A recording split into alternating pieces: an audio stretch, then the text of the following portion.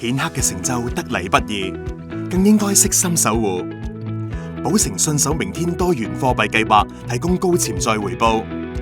為家族財富奠定堅實根基，仲幫你佈局全球，靈活將豐盛財富跨代傳承，令佢哋嘅世界放大，實現光輝願景。見證住世界多變嘅企業家 Jimmy， 一直心繫仔仔 Daniel 同太太 Sandy 嘅未來。無論去到邊度，佢都希望仔仔將來生活無憂，可以放膽追夢，做中意做嘅事，亦想為太太建立穩健財富，維持優質生活。所以投保寶城信守明天多元貨幣計劃。完成供款後， Jimmy 運用開支散業選項，將保單分拆成3等份，為家人訂立個人化嘅財富傳承方案。為咗保障仔仔將來嘅生活， Jimmy 委任 Daniel 為第一份保單嘅受益人，並運用市場首創嘅自主傳承身故賠償支付選擇，預先幫 Daniel 安排點樣收取身故賠償。佢想仔仔喺自己離世後，先以每月分期形式收取20年金額，仲為 Daniel 選擇好人生事件。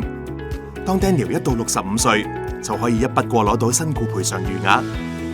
咁就可以確保仔仔有固定金額，長期保持財務穩健去過優質生活。Jimmy 透過第2份保單，委任 Daniel 為後續持有人同後備受保人，等佢可以接管保單，為延續恆久家族財富鋪路。家族有腦退化病史嘅 Jimmy 明白照顧患者並唔容易，所以委任 Sandy 為第3份保單嘅後續持有人同後備受保人，仲透過計劃特設嘅無行為能力選項保單權益轉讓，委任 Sandy 為指定持有人。當 Jimmy 無行為能力時，太太都可以接管保單，為家人建立安全網。Daniel 25歲，想自由追夢，為咗令佢唔使擔心生活開支， Jimmy 運用市場首創嘅自主入息選項，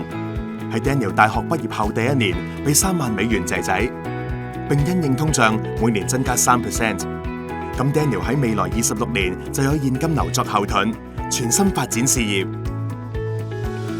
71歲時，Jimmy 因腦退化症而失去行為能力 ，Sandy 成為保單新持有人，令保單無間延續。呢個時候，第3份保單嘅預期非保證總現金價值已超過150萬美元。Sandy 可以提取保單價值去照顧 Jimmy， 同時維持自己嘅優質生活。Jimmy 喺86歲不幸離世，第1份保單 Daniel 每月可以攞到7960美元嘅身故賠償，確保有固定收入作為家庭開支。15年後 ，Daniel 達到65歲嘅指定人生事件，連埋累積利息，可以一筆過攞到剩低嘅身故賠償。透過自主傳承，15年嚟一共得到約210萬美元，加埋之前自主入息選項得到嘅收入，保單回報約為已繳總保費嘅2.7倍。同時 ，Daniel 接管第2份保單，令財富繼續無間增長。而 Daniel 亦明白爸爸想將家族財富世代傳承，所以佢之後再委任仔仔 Ethan 做後續持有人同後備受保人，代代相傳。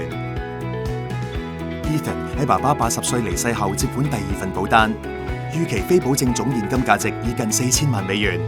約已繳總保費嘅34倍，創造豐盛財富。唔計之前攞咗嘅入息，3份保單嘅價值加埋已超過4400萬美元，約為已繳總保費嘅37倍。用心聆聽，守護傳承，寶城信守明天多元貨幣計劃，幫你靈活傳承豐盛財富，成就家族世代繁盛。